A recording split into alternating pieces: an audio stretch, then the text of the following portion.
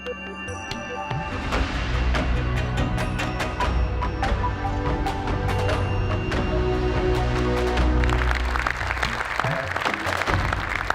yeah, all right, everyone all right? No, okay, cool. So we're going to talk about IT strategy. So none of your repositories or value objects, this is big boy stuff.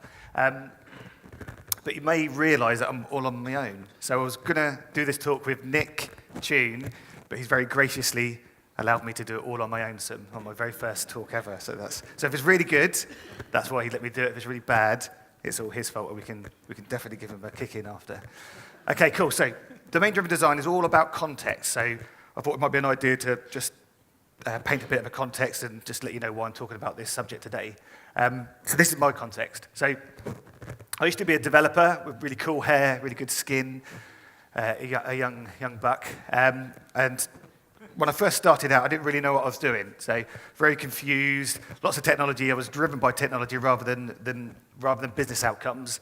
And then I discovered domain-driven design. So I discovered Eric's book and understood that, oh, okay, so it's how to keep your domain complexities separate from your technical complexities and drive design from the business perspective. And that really helped me to understand about code and helped me to architecture correctly. So now I'm an IT leader. So I haven't got the TASH yet, but I'm working on that. So I'm an IT director at a company called Igloo. So we're an online travel agent for cruise. So it's probably not the right demographic here, but if you are interested in sailing the 7 seas, come see me after. So now my challenges are slightly different. So it's a slightly larger abstraction than code, but as I'll talk to you, there's some alignment with DDD. So throughout my time from all my IT career, I came across recurring problems that were largely due to a lack of focus and clear direction. And that's kind of why I'm talking to you today about IT strategy and how that can kind of correct it. So the first thing is demand management is really hard without clear focus. So we get this, so it's like the Black Friday where everyone's rushing into IT to ask for a whole host of projects. And it's very difficult to understand or to know which ones to say no to. And so I've worked in organizations where it's actually it's not the most critical project that gets the green light. It's the one where it's the highest paid person in the room or who shouts loudest gets their pet project or vanity project. I'm sure you've worked with CEOs who demanded that we must have an app or we must have an iPad application because everyone else has got one, rather than focus on the buying department whose processes are all based around Excel.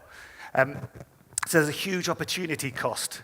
So software is really expensive, so developers are expensive, we're all paid handsome wages. So there's a real high opportunity cost for focusing on the wrong things.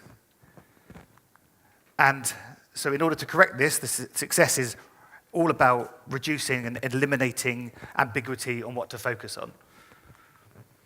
Secondly, effort can be wasted on things that aren't important. So we've all, I'm sure we're all guilty of gold-plating software and focusing on necessarily the most trivial things or the things of an application that aren't necessarily going to be critical to producing business outcomes. And it's all about business outcomes. It's not about tech output. Technology is a means to an end. It exists only really to solve business problems. It's not in on itself. It's not something that helps.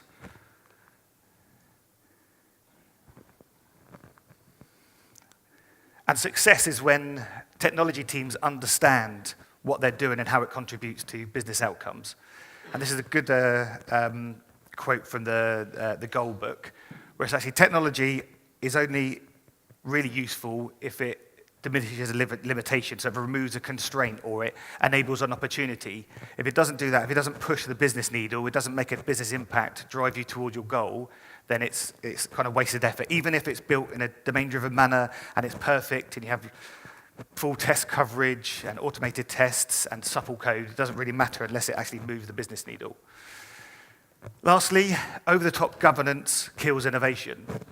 So I'm sure we've all been in environments where you have huge kind of the gauntlet of the project process and the governance where you have to get lots of sign-off. And this obviously talking about what I spoke about earlier, where people who are really good at writing business cases and really good at massaging ROI statements can get their projects through.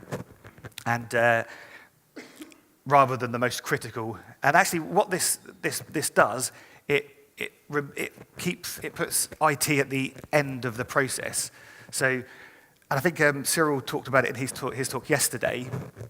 We don't have to, IT people are clever people. We can understand a bit about business constraints and opportunities. We don't have to be given requirements. Like when you're designing, when you're driving an application from a DDD point of view, you know the fallacy that the domain expert or the business person doesn't know what they need, and it's all about us kind of talking to them to tease out their requirements and actually what they need rather than what they want. So this is about understanding that at a higher level, so at the project level, before we even get to an application, for having IT and developers get more involved in the process up front. And how often, because I find it in my time that I've spoken to business people, when I've really sat down with them, normally over a coffee or at lunchtime or over a beer, and we spoke to them, and we spoke about something, and they spoke about a worry or a need or a constraint or an opportunity, and I've said to them, well, I could help you there. I could have done this X, Y, and Z, or I can use this, leverage this bit of technology. And then they often reply, say, oh, I didn't know you could do that. Well, of course they don't know we can do that, because they're worried about logistics, and we know the art of the possible and what's technically available. We have the tool set. We understand what can be achieved. And so I just highlighted this part. So in this project governance model, you need a sponsor, so somebody in the business to sponsor this initiative. And that's that's something I've been thinking about quite a bit, where we have to wait for because we talk about, there's lots of times in this conference where people have spoken about business people don't know what they need, and we get requirements, but they don't really know, so we have to engage with them to get what they want.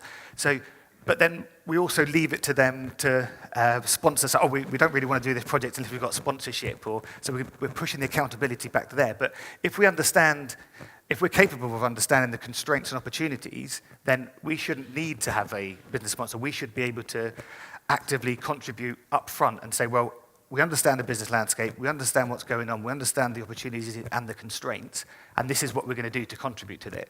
We're in the best possible position to leverage technology, and this is how we're going to help the business. So, luckily for you, all those problems can be solved. So IT strategy can solve all of these things. Honestly, it really can, and we're just going to talk to you. So I know you've heard it all before. XML it will solve all problems, but IT strategy really can sort these things out, and it's deceptively easy. So before we talk about IT strategy, though, let's talk about what strategy is, just in a general term. So strategy is about doing the right things. It's about the focus. It's about where we're going to put the effort. It's about the choices we're going to make rather than how we're going to do it. And that's kind of the operational part. So it's about going back to first principles to understand what's the motivation behind what we're trying to do, what we're trying to achieve, what the choices we're going to use to get us there. Where is the direction? What's our journey? What's our focus? What choices are we going to make? It's the what, not the how. So that's what strategy is all about. So what specifically is IT strategy? So IT strategy is simply it's the what IT are going to do to contribute to business success. So it's about the direction and the effort and the focus of IT.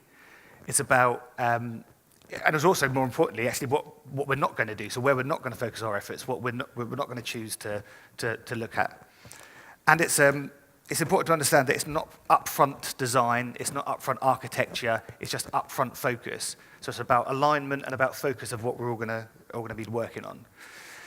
So, why should you care about IT strategy? So you're at a domain-driven design conference, so what's in it for you? Well, IT strategy enables agility. So IT strategy gives us focus, and focus enables alignment, and alignment enables us to have push decisions down the tree, which enables autonomy, and autonomous teams can go faster and make decisions for themselves, and that really is the cornerstone of agility.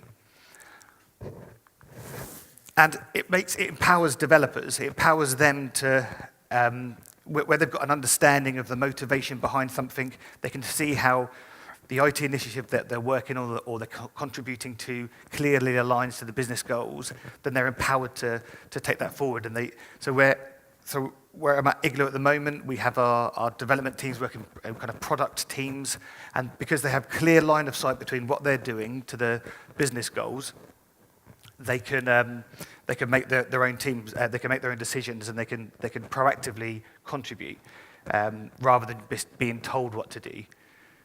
And then all we need to do, then all I do is support them and empower them and support them with financial and just get stuff out of the way for them.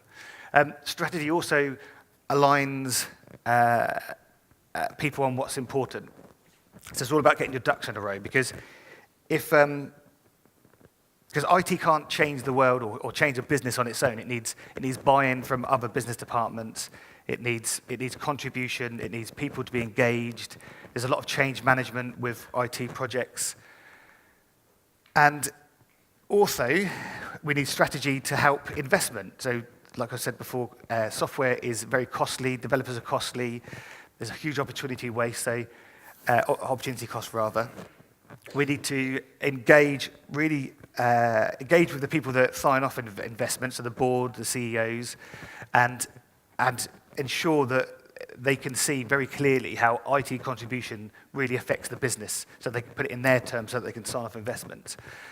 And really, it's all about giving clarity on what IT are doing for the whole organisation, rather than just being a support function in the corner with where people affectionately call us nerds, just getting on with that stuff. They can really understand, you're doing this to ensure that this kind of outcome happens and helps our business. So really, I guess what I'm trying to say is IT strategy is business strategy. So it's getting away from this project governance kind of gauntlet and moving IT to a bit more further up the chain to help the business decide on how to invest in IT. So it's actually, and that phrase, well, the business. So we don't often, if you talk to a marketeer, they won't say, marketing and the business. And if you talk to someone in accounts, they won't say accounts and the business. And we say, and I say it as well, I say and the business, and I've heard it at this conference and heard people talking about it. But we are the business. So the IT is especially nowadays, is a major strategic part of all businesses. It's not whole businesses are built around IT, and certainly IT is a massive importance for lots of businesses. We need to stop thinking about IT as a support function and stop moaning about the business giving us poor requirements, and actually proactively go up the chain and start understanding how we can proactively look at constraints and look at opportunities and leverage technology. And I know it's corny, and you've heard it all before, but it is all about moving from a service function to a strategic partner. So getting away from being an order taker that we actually hate, and being more of a contributor. So hopefully that kind of makes sense. And it kind of makes, okay, I get the IT strategy, you need clear direction, you need investments, you need, helps project governance models, that kind of stuff. But why does it matter to you personally? So you've come to this DDD conference and you really want to corner Eric Evans, and you want to finally understand the difference between a bounded context and a subdomain, which actually he did a really good job of explaining, so maybe you don't need to corner him, so he could sleep at night. So why is it specific to you? Why should you care? Well, to succeed in domain-driven design, you have to understand context. So in Eric's keynote talk, if you had £1 for every time he said the word context, you'd have probably about £75, or and enough to get a good round of drinks. So it's all about context. So if you understand what you're doing.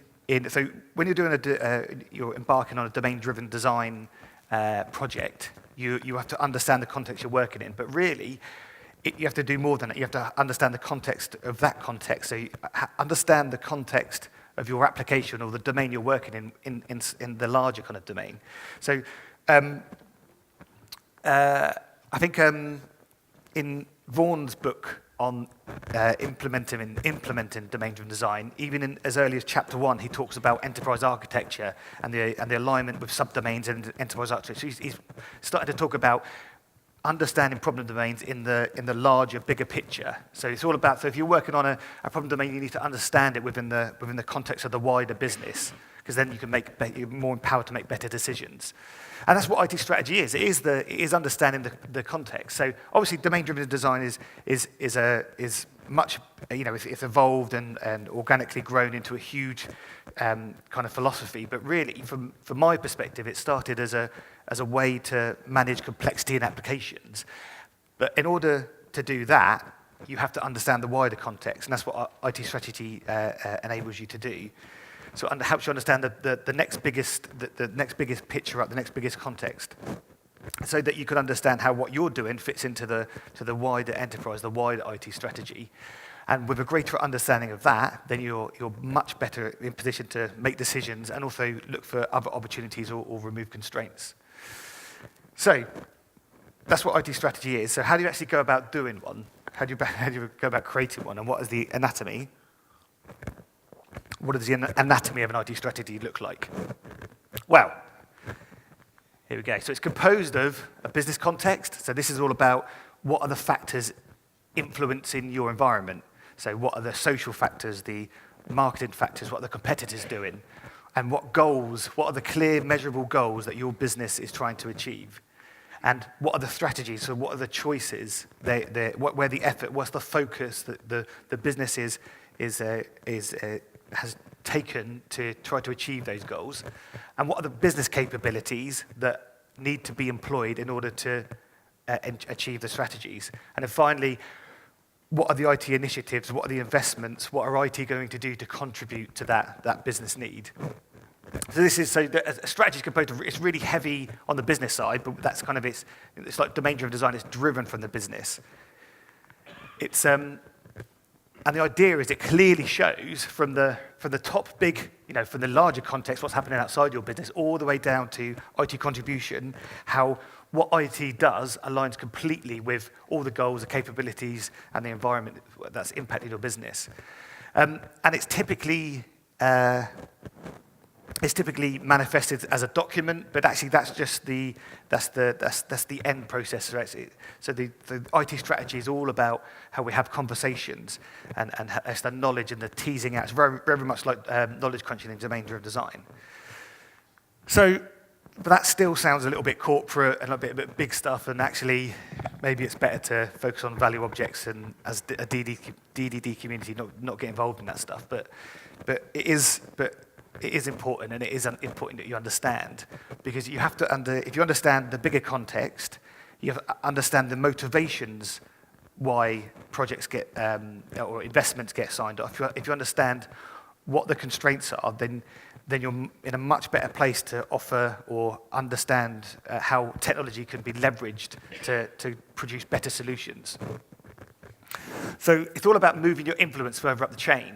So if you understand the demand factors that result in the IT investment themes, then you're much better placed to kind of contribute to that and proactively focus on it. And I think it's like, and again, referring back to Cyril's talk yesterday, it's about doing more design. So it's about less given requirements, and it's more about co-designing the business. It's about business architecture. So instead of waiting to get to this point, and then lambasting the business for not knowing what they're doing, it's really, well, be proactive. Don't wait for a business sponsor. You understand your business. You're clever people. Go further up the chain. Understand the factors that are surrounding the business. Understand the impacts that are going to happen. Understand the struggles. Understand what your business peers and colleagues understand what keeps them awake at night, and understand how, as you guys know the art of the possible, understand how you can leverage technology to remove the constraints or leverage the opportunities. So, what is business context? So business context, like I said before, is all about the environment around your enterprise. So it's all about what's going on. It's like an analysis map, or like a context map, if you will, about all the factors that are influencing your business. So it's what's going on in the environment around you. Is it the political stuff? Is your competitors doing something? Or has technology lowered the bar to entry? As if a supplier doing something else, as a new legal changes? So the point of understanding this, exactly like you guys do with context mapping, is if you understand your environment, you're in a much better place to make decisions. So you've heard the phrase, I'm sure, that if you don't know where you are, then a map won't help. So you wouldn't start a domain-driven design project without having a context map, so you can understand. I think Nick refers to it as the social technical boundaries or the different relationships going on in there. So exactly like the enterprise, you have to understand what competitors are doing. You have to understand what's politically going on. So how do you map this kind of stuff? So we use like pestle analysis to look at political, environmental, economic, social, technological, and legal kind of factors that could impact your organisation.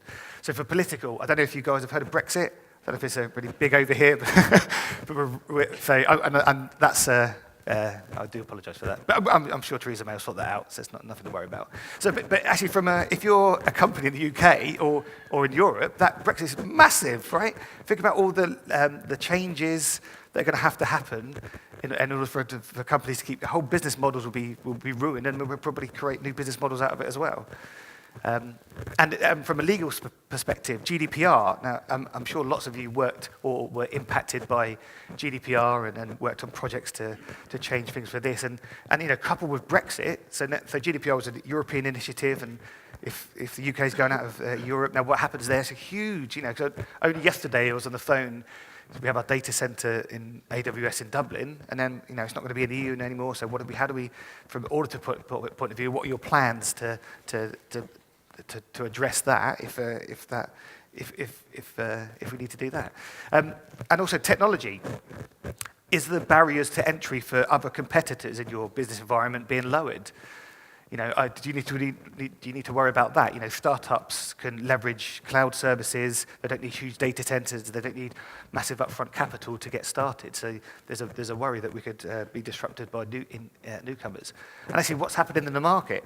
Is the market going? Is the market like Brexit? Is the consumer market in the UK worried? Are they not spending money because the scare stories about not going on holiday? That's certainly impacting our business. So it's all these things we need to understand, because these will impact our goals and our strategies of how to deal with it. And actually, to bring this a little bit more to life, I thought it'd be good to have a fictitious example. So Nick Tunes got in the business of widgets. So he's started a little widget business. So this is his business context map. So he's going to look at what are the kind of things that are impacting his environment. So he's got customers in the UK. So basically, he's dependent on the UK market, he's realised. So Brexit's really highlighted that. And when consumer confidence is low there, then he can't sell lots of his stuff. So he's thinking, actually, I've got a huge dependency on this local market that could be massively swayed with political events out of my control.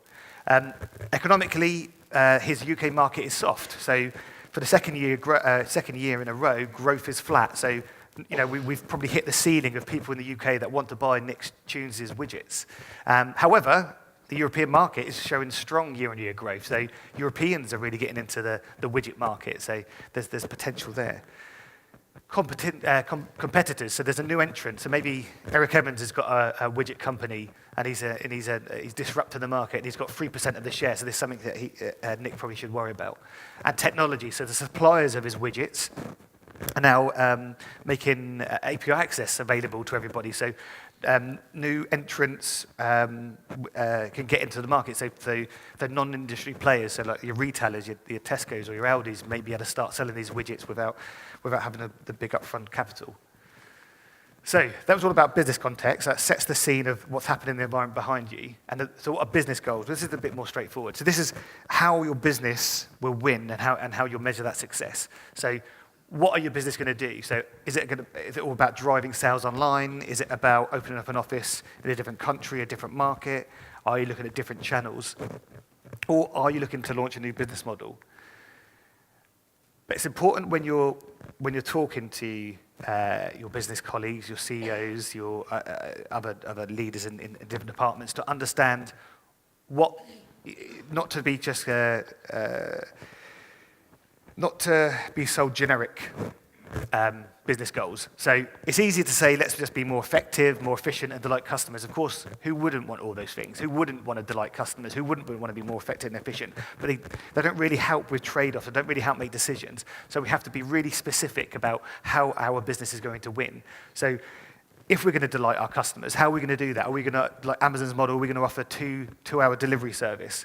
How are we going to be more efficient? Maybe Nick's widgets, he's going to go to a model where it's home assembly like IKEA, so we can reduce manufacturing, reduce logistics costs. So to be really specific and like knowledge crunching and like the fallacies we know when we're building applications that the business people don't know, they're hypothesizing about what to do. We have to really dig into what the business goals are and did not take stuff at verbatim and not just settle for, oh yes, we're going to delight customers. We really have to get to the nitty-gritty of exactly what we're going to do and how our business wins, how we're going to differentiate between us and the competition. So, with that in mind, let's go back to Nick's fictitious, well, not fictitious, I believe he is actually going to open a widget code, but he'll talk to you about that later. So let's remind ourselves of the business context. So Nick works, or his customer base is primarily in the UK. Brexit is a dependency risk. It is affecting him. There's Eric Evans's widget company have just come on the scene, and suppliers of the widgets are lowering the cost of entry, so other non-industry players are getting involved. So how's Nick going to address this? Well, his first goal, he's going to expand geographically. And how are we going to measure that? Well, he's going to launch into two new European countries. So we knew that, so we remember in the business context that Europe was growing year-on-year market growth, the UK growth was stagnant. He's also going to take a market share from competitors, and he's going to grow his market share by 5%, and he's going to increase loyalty. So he's going to increase, in order to, he's going to measure that by increasing repeat sales by 7%. So again, it's not how he's going to do it, but this is what he's setting out. If he does these three things, then that's how he will win in the market. So expand into territories, loyalty, and taking market share. So what is strategy? Well, what is business strategy? Well, we know what strategy is. It's about choices. It's about what we're going to do. So it's the approach the business will take to achieve its goals. So what effort, focus are we going to do to achieve those three goals? So for example, if one of Nick's goals was to cross a river, then how would he do that? There are lots of ways Nick could do that. He could sail a boat, he could dig a tunnel, he could fly a plane, he could swim, catapult over it. So it's exactly what of those strategies are we going to choose? What we're going to focus on to achieve our goal? So actually, let's go back to Nick's example. So remember, the goals are expand geographically, so launch into two new European countries, take market share from competitors, and increase customer loyalty. So his first strategy, so how is he going to expand geographically? Well, he's going to grow, he's going to launch into two new countries, but grow it organically. So it's going to be reduce risk. So what he could have done is he could have gone to a new country and bought a competitor, but he's going to do it organically. He's going to grow organically. And how is he going to take market share from competitors? He's going to make sure that he's never beaten on price. So he's going to have price parity with competitors, so he can't be outpriced in the market. And he's going to also acquire a UK competitor. So that's how he's going to take market share. And in order to increase loyalty, he's going to introduce some kind of reward scheme for customers. So these are the choices that Nick's going to make. So there's lots of other choices, but this is what he's going to focus on. These are the strategies. So what are the capabilities? Well, the capabilities are what a business does, and rather than how it does it. So if we think about a business might do lead management, so Nick's example, he might have lead management, he might have a sales capability, he certainly have a manufacturing, a logistics capability. So think of these as the subdomains, if you will. So this is what the business needs to do to drive value.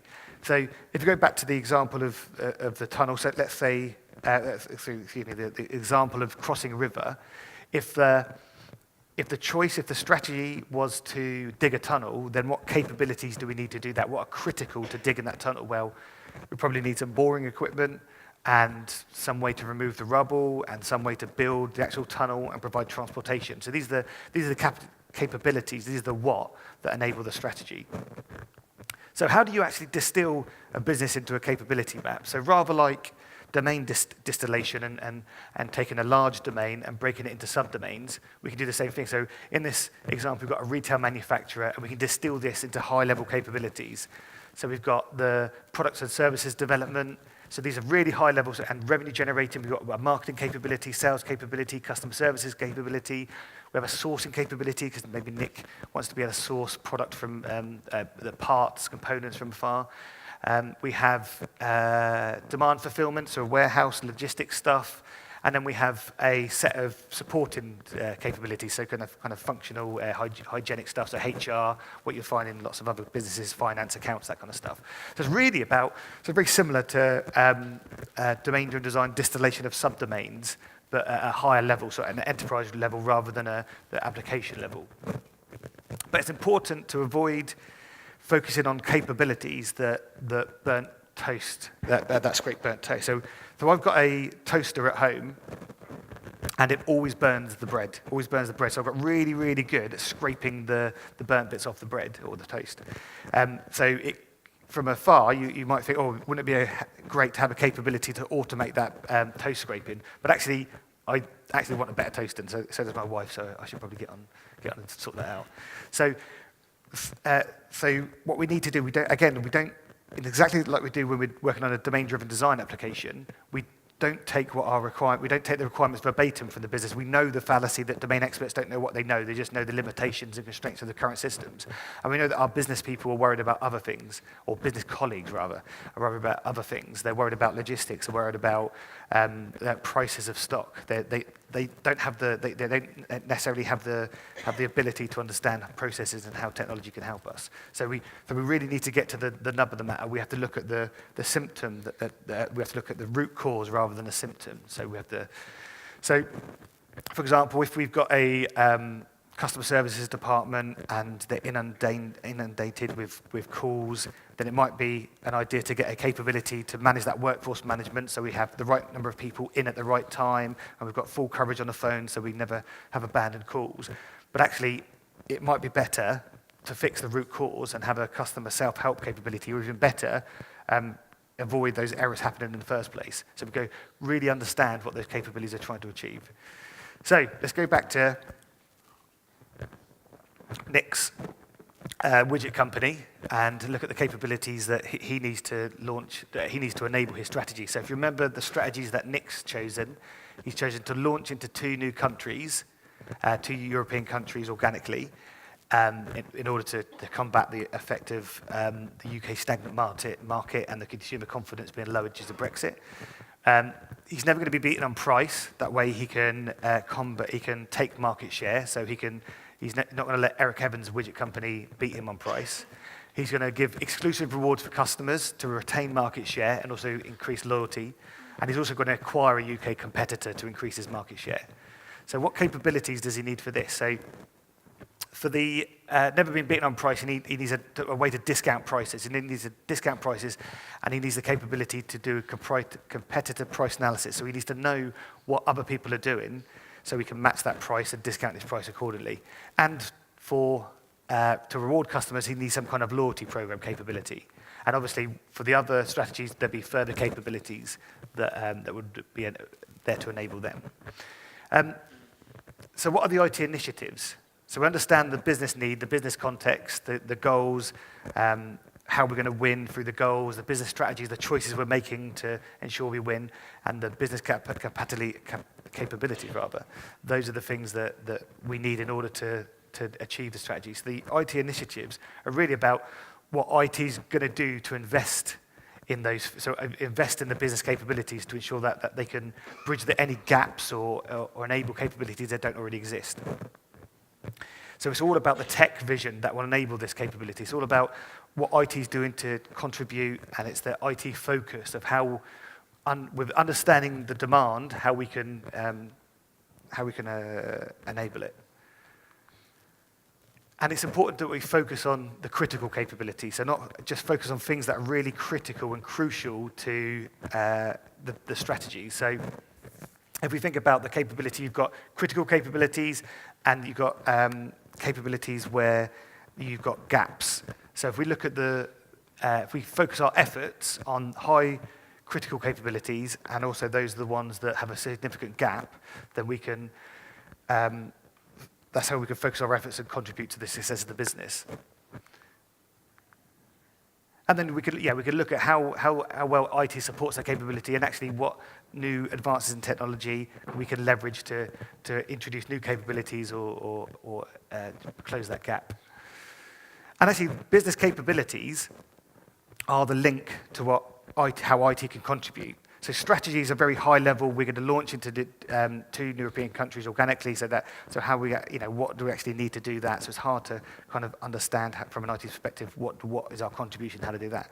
But actually, having understanding the business capabilities means that we can, kind of like our hook, if you think of their subdomains that we can use to kind of work around investments. And that's because, really, from a capability perspective, those are the things that what a company doesn't change. So Nick's widget company, for example, he manufactures, he distributes, he sells. So those capabilities don't really change. It's how they do them that change. Unless, obviously, you could change his business model, and then you'd have different capabilities. So capabilities, like we saw when we were distilling a large domain into a set of capabilities, they're a good starting point to base our subdomains around. But it's important to measure the IT initiative. So it's all well and good saying, yes, we're going to do this, but how will this IT initiative contribute to business outcome? And this is why it's important to have metrics. So remember, if it's all about showing alignment that from what IT will do will help the business. So instead of saying we're going to have uptime, we're going to hit project deadlines, it's about, so if we're talking about, I don't know, the price competitor scraping stuff, we could say, well, we'll adjust our prices every 20 minutes by scraping our top 5 competitors. So if we can do that, then, and we have that knowledge and analysis of what our competitors are doing, then we can enable the strategy of never being beaten on price and price parity. But it's also important when we're looking at what IT can do to contribute to the business to not get distracted and not focus on the bike shed. So the bike shed is a metaphor based on the law of triviality. So the idea was that if you've got a committee designing a nuclear power plant, obviously the nuclear power plant, the reactor part, I'm not a physicist, I don't really understand how it works, but I understand these things are complicated. So if you're designing this nuclear plant, then what you'll find is that something like a bike shed, which is really trivial and doesn't need any time, will have an inordinate amount of focus and effort because everybody will have an opinion on it. And it's a little bit like, bring it to life a little bit, when you design an application and then people might be too focused on the UI. Actually, if it's an internal app, of course it would be nice if the UI was brilliant, but actually it just needs to be functional so we can teach users how to use it. The real focus needs to be on the core part of the application, not the part around. So it's important not to be distracted and to spend time on what's critical rather than the shiny bits. And it's also important to focus on what's core. So when you talk about IT strategies, it's focused on, so we're not going to explain everything that IT is going to do, from the service desk to scalability to security. Those things are obviously they're important, but they're given. So we just need to focus on what's really important to get the business to succeed. So don't show everything we're doing, and kind of ignore, like I've mentioned, the business as usual activities, as they're kind of assumed that we'll be doing those.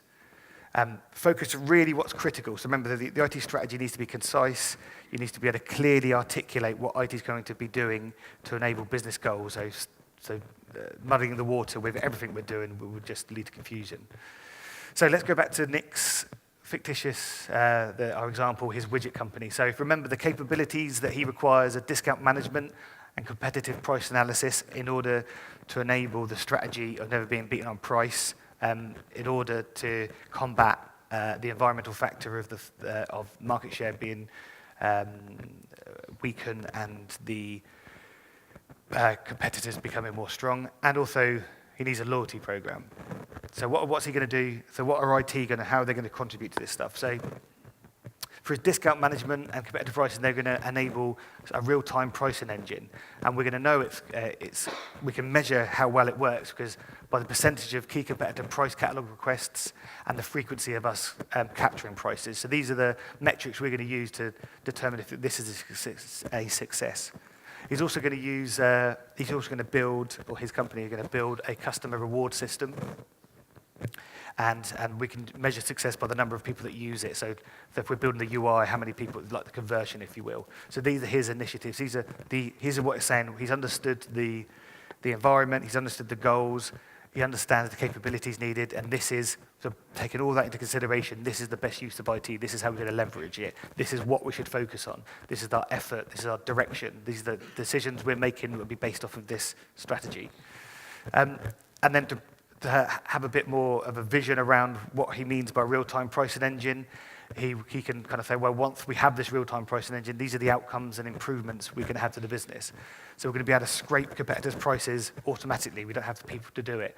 We can automatically on the fly adjust prices in real time, and we can completely remove the need for analysis competitors. We can do that all with machine learning, that kind of stuff. So this is how IT's looked at the bigger picture, understood the environment, understood the context from a larger point of view, and suggested that this is what we're going to do. We know how to leverage technology. We understand the needs, the constraints, and the opportunity, and we're not going to wait for somebody to write a business case, put it through a project governance, and then by the time it gets to us, we maybe have lost that opportunity. We're going to focus on this and focus on this only. So, what are the common mistakes with IT strategy? We can't really develop these kind of things in a bunker. So we can't create it on our own. We need to have empathy with the business. We need to understand the motivations, their needs. Exactly like we do when we're talking about a DDD application, but we need to go further up. So instead of waiting for requirements for projects to come our way, we have to go and intercept the needs further up the chain, and we need to contribute to our own kind of strategy and say that this is what we're going to do. We understand the environment. This is what we're going to offer and contribute to it. And we're not going to guess all these things. We have to actively get out of our kind of silos and understand that we're part of the business and not the business, and it's not us and the business. We are the business. We're going to drive this strategy because we know how to win. We know how to leverage technology. IT and technology is our domain, and we need to understand better about constraints and opportunities and how can you use our knowledge and tool set to leverage them. And it's also, everyone in IT needs to understand how what they're doing contributes to overall business success. So with more focus and more understanding of what they're doing directly leads to business success, they can be in a much better place to be agile through autonomy and driven down decision making. But it's important not to be overly technical. Remember, this is the strategy is all about what we're going to do, not how we're going to do it. So this is the overall investment, this is the theme, this is the initiatives we're going to be making in order to remove constraints or open up opportunities. And it's important to think about the audience. So remember, we talked about these strategies will be helpful for investment sign-offs. They need to be written in a way that people can understand it, non-technical people. And actually, it doesn't really matter how we're going to do it. Well, of course that matters, but at this point, it's about the direction we're taking and what the outcomes we're looking to achieve. So the focus is about, it's not about technology, it's about outcomes, and it's more about where we're looking to invest rather than the frameworks we're looking to do it. So like I said before, it's not upfront architecture, it's not upfront design, it's upfront focus and direction and effort. Also, don't write too much. So we don't need War and Peace. We need a brief, concise, clear document or a way of explaining how IT are going to contribute to the business. It needs to be memorable. We need to understand the 5 things that not everything that IT are going to do, the 5 critical things that address critical capabilities, that address the chosen strategies, that address factors impacting our business and the environment. We need to be catchy, make it snappy. People need to remember this. Everyone in IT, everyone in the business needs to understand the mantra, the rhetoric of what IT are trying to do. Need to be able to read it and understand it clearly and understand how IT contribute to business success. And it used to, domain-driven design, when we're talking to business users, we have to have a common language, a shared language, a ubiquitous language. So we need to use simple business-focused language to talk about outcomes rather than technology. And it's important to use this. So it's not, so I talked about before that a document is just a way to manifest it, but actually the value in it is the conversations with business people. It's the conversations, it's the knowledge crunching, it's the distillation of needs and constraints and opportunities, and driving that.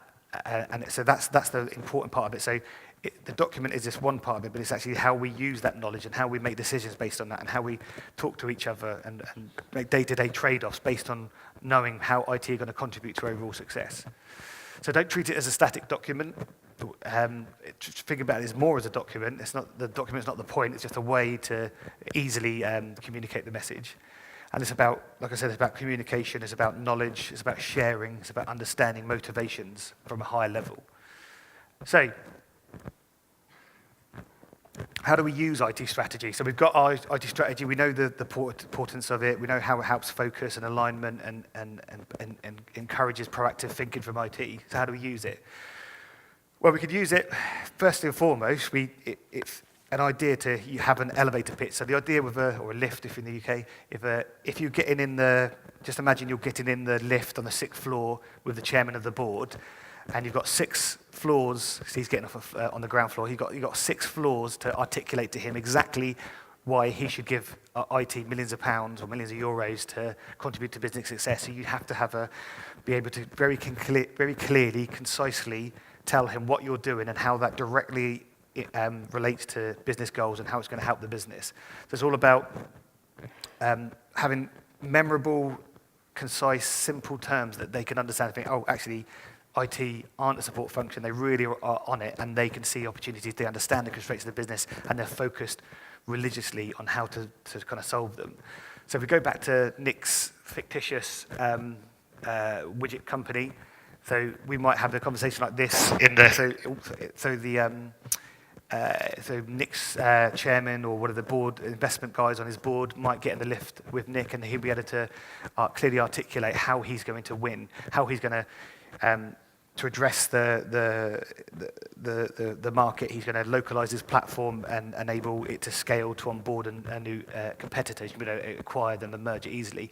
He's going to focus on price automation, so he's going to make sure that IT are going to scrape everyone's prices and make sure that we're never going to be beaten on price so that we can be competitive in a difficult market. And he's also going to develop a loyalty program so that we can drive customer loyalty to ensure we keep the customers we have in this competitive set. So he could clearly articulate from floor 6 to floor 0 exactly what to do in a catchy kind of memorable way, so that when his boss or when the chairman of the board or one of the boards of investors get out, they can think, these IT people really understand what contribution to business is about. It's not all about frameworks and technology, it's about focusing on outcomes. Also, another good way to articulate it is through the use of a kind of a one-pager, like a poster.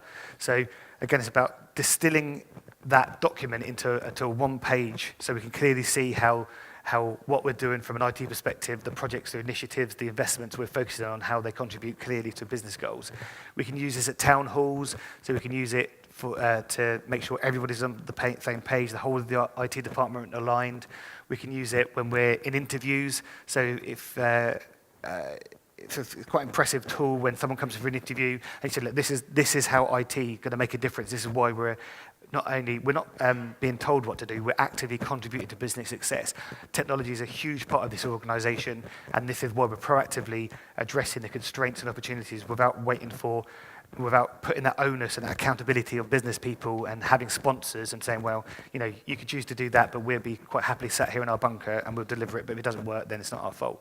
No, we're not going to do that. We know the art of the possible, we know how to leverage technology, and we're going to show you this is how we can contribute and win. And you can use it to explain it to other departments. You can help, so people in other departments where you may need their help in change management kind of programs and getting people to do new ways. And again, it's back to Cyril's talk yesterday about co-designing the business. So if you help them understand why you're doing what you're trying to do, or how you can use and leverage technology to remove constraints and open up opportunities, they'll be more supple for helping you do that. And it's important to tell stories obviously strategies are it's not a dry sell. I like it, but it's important to sex it up, right? So everyone's busy. So it's about telling stories about what IT are doing and how it's going to affect their lives in the future, and what the outcomes you're driving will make their life a lot easier. So if you turn it, so instead of talking about Project X is going to deliver this microservice which will enable this event-driven architecture, that you'll lose them. So it's about we're going to give you a system in the future that means you don't, all of this mundane work that you do is just going to be taken out. The decision is being taken, so you've got more time to focus on new products, new innovations, new opportunities. You can focus more on getting out there, understanding our customers. So we take all that away, so people really understand how IT are contributed. So, how do you get into it? How do you become a strategist? How do you do this? Well, luckily, you're already doing it. So the work, the information, or the learnings that you're getting from domain-driven design, so all the stuff that you'll learn at conferences like this and from books and articles and blog posts about getting out of the technical domain and getting more into the business domain is helping. So all of these things will help you to help you with IT strategy, to help you move further up the train and have influence further up the chain. And so you can apply what you're learning now, apply how you apply it to applications, but at a higher level of abstraction, apply it to the whole enterprise as a whole. So